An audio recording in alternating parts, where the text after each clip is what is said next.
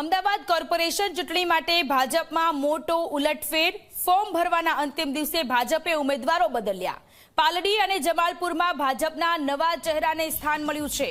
પાલડીમાં આશીષ શાહના સ્થાને જૈનિક વકીલને ટિકિટ મળી છે, તો જમાલપુરમાં કલ્પના કહારને સ્થાને પ્રિયંકા કહારને ટિકિટ મળી છે। 3 સંતાનના વિવાદમાં કલ્પના કહારની ટિકિટ કપાઈ। 3 સંતાન છતાં ભાજપે જાહેર કરી દીધા હતા ઉમેદવાર। વિવાદ વધતા ભાજપે પ્રિયંકા કહારને મેદાનમાં ઉતાર્યા। સત્તાવાર યાદી જાહેર થયા બાદ ભાજપનો મોટો નિર્ણય લેવામાં આવ્યો છે। ફોર્મ ભરવાના અંતિમ દિવસ આજે અને આજે જે ભાજપે પાલડી અને જમાલપુરના જે કોર્પોરેટરના નામ જાહેર કર્યા હતા એ નામમાં બદલી કરવામાં આવી, નામ બદલી દેવામાં આવ્યા।